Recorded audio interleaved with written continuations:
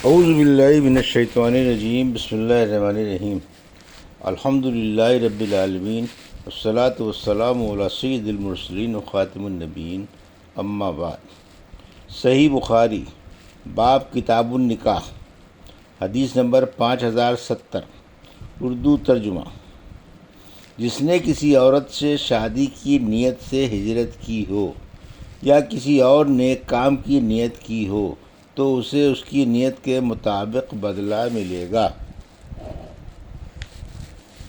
ہم سے یحییٰ بن قزع نے بیان کیا، کہا ہم سے امام مالک نے بیان کیا، ان سے یحییٰ بن سعید نے، ان سے محمد بن ابراہیم بن حارث نے، ان سے علقمہ بن وقاص نے، اور ان سے حضرت عمر بن خطاب رضی اللہ عنہ نے بیان کیا کہ نبی کریم صلی اللہ علیہ وسلم نے فرمایا، عمل کا دار و مدار نیت پر ہے، اور ہر شخص کو وہی ملتا ہے جس کی وہ نیت کرے۔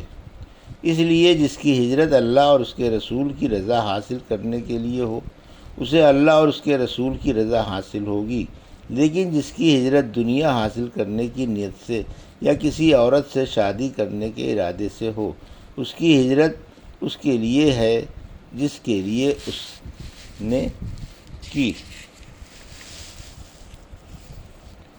حدیث نمبر 5071، اردو ترجمہ۔ ایسے تنگ دست کی شادی کرانا جس کے پاس صرف قرآن مجید اور اسلام ہے۔ اس باب میں حضرت سہل رضی اللہ عنہ سے بھی ایک حدیث نبی کریم صلی اللہ علیہ وسلم سے مروی ہے۔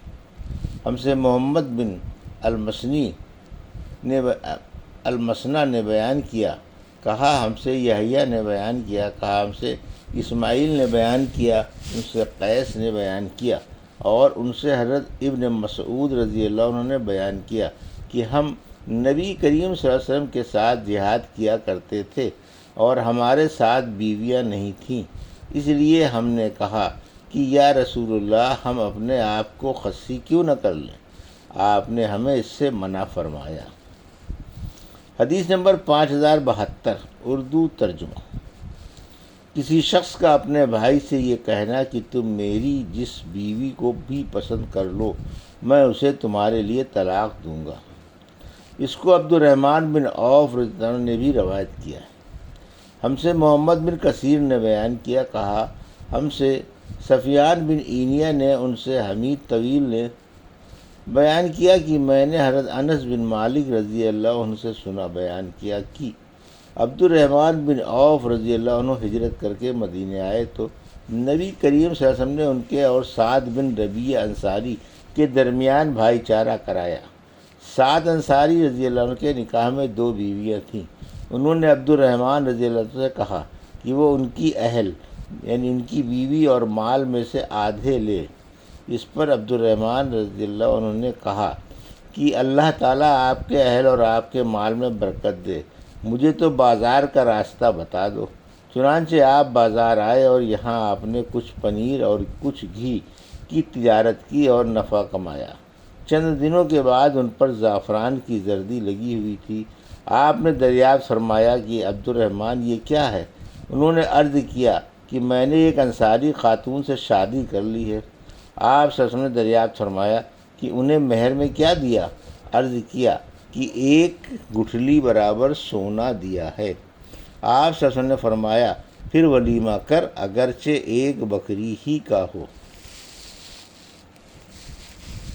حدیث نمبر 5073، اردو ترجمہ۔ مجرد رہنا اور اپنے کو نامرد بنا دینا منع ہے۔ ہم سے احمد بن یونس نے بیان کیا، کہا ہم سے ابراہیم بن سعد نے بیان کیا، کہا ہم کو ابن شہاب نے خبر دی، انہوں نے سعید بن مسیب سے سنا، وہ کہتے ہیں کہ میں نے حضرت سعد بن ابی وقاص رضی اللہ عنہ سے سنا، انہوں نے بیان کیا کہ رسول کریم صلی اللہ علیہ وسلم نے تبتیل یعنی عورتوں سے الگ رہنے کی زندگی سے منع فرمایا تھا۔ اگر آن صلی اللہ علیہ وسلم انہیں اجازت دے دیتے تو ہم تو خصی ہی ہو جاتے۔ حدیث نمبر 5074، اردو ترجمہ۔ ہم سے ابو الیمان نے بیان کیا، کہا ہم کو شعیب نے خبر دی، ان سے زہری نے بیان کیا، کہا مجھے سعید بن مسیب نے خبر دی، اور انہوں نے حضرت سعد بن ابی وقاص رضی اللہ عنہ سے سنا، انہوں نے بیان کیا کہ نبی کریم صلی اللہ علیہ وسلم نے حضرت عثمان بن مظعون رضی اللہ عنہ کو عورت سے الگ رہنے کی اجازت نہیں دی تھی۔ اگر آن صلی اللہ علیہ وسلم انہیں اس کی اجازت دے دیتے تو ہم بھی اپنے کو خصی بنا لیتے۔ حدیث نمبر 5075، اردو ترجمہ۔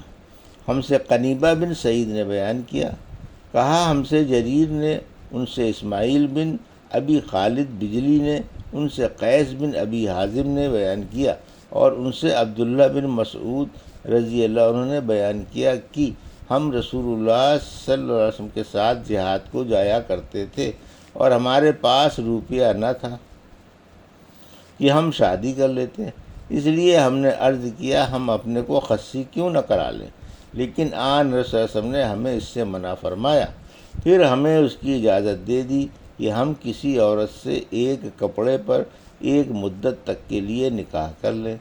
آپ نے ہمیں قرآن مجید کی یہ آیت پڑھ کر سنائی کہ ایمان لانے والو، وہ پاکیزہ چیزیں مت حرام کرو جو تمہارے لیے اللہ تعالیٰ نے حلال کی ہیں، اور حد سے آگے نہ بڑھو، بے شک اللہ حد سے آگے بڑھنے والوں کو پسند نہیں کرتا۔